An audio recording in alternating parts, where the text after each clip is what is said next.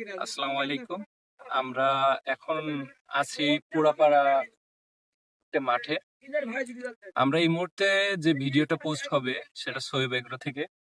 তো আপনাদেরকে আমরা যে বিষয়টা দেখাতে চাচ্ছি, অনেকে আছে যে বৃষ্টির পানিতে প্লাবিত হয়ে গিয়ে এই যে ধানের ক্ষেত অনেকে অনেক সুন্দরভাবে উপভোগ করতেছে, কিন্তু এটা একমাত্র কৃষকই জানে যে তার কতটা কষ্ট।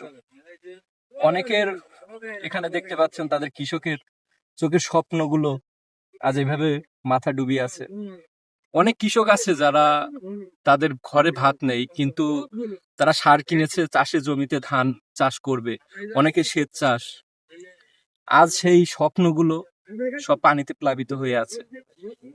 অনেক সরকারি কর্মকর্তারা আসে এবং অনেক নিউজ, অনেক প্রেস থেকে আসে, তারা এগুলাকে শুধুমাত্র দেখে, পোস্ট করে, কিন্তু তাদের পাশে দাঁড়ানোর মতো এখন কেউ নাই।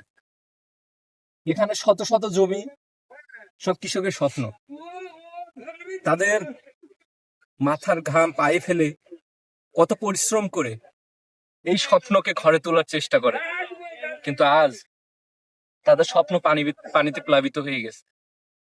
এই পানি যাওয়ার মতো কোনো খাল বা বিল, এমন কোনো জায়গা নাই। আপনারা দেখতে পাচ্ছেন আমার পিছনে শত শত বিঘা, যত দূর চোখ যায় তত দূর যেন কৃষকের স্বপ্ন ডুবে আছে। এগুলো দেখলে নিজেদের কাছেই খারাপ লাগে। হয়তো অনেকে এই সৌন্দর্যটাকে উপভোগ করে, কিন্তু এই যে দৃশ্যটা, এটা কিন্তু কষ্টের দৃশ্য, এটা কোনোভাবে সুন্দর দৃশ্য না। আসুন আমরা সবাই সচেতন হই এবং খাল বিল এগুলাকে আমরা সুষ্ঠুভাবে খনন করে এবং সেগুলোকে একটু পরিচর্যা করি, যাতে আমাদের কৃষকের কোনো প্রকার ক্ষয়ক্ষতি এবং এইভাবে তাদের স্বপ্নগুলো ডুবে না যায়। আপনারা এই ধরনের আরো অনেক ভিডিও পেতে চোখ রাখেন সোয়েব এগ্রোতে। ধন্যবাদ।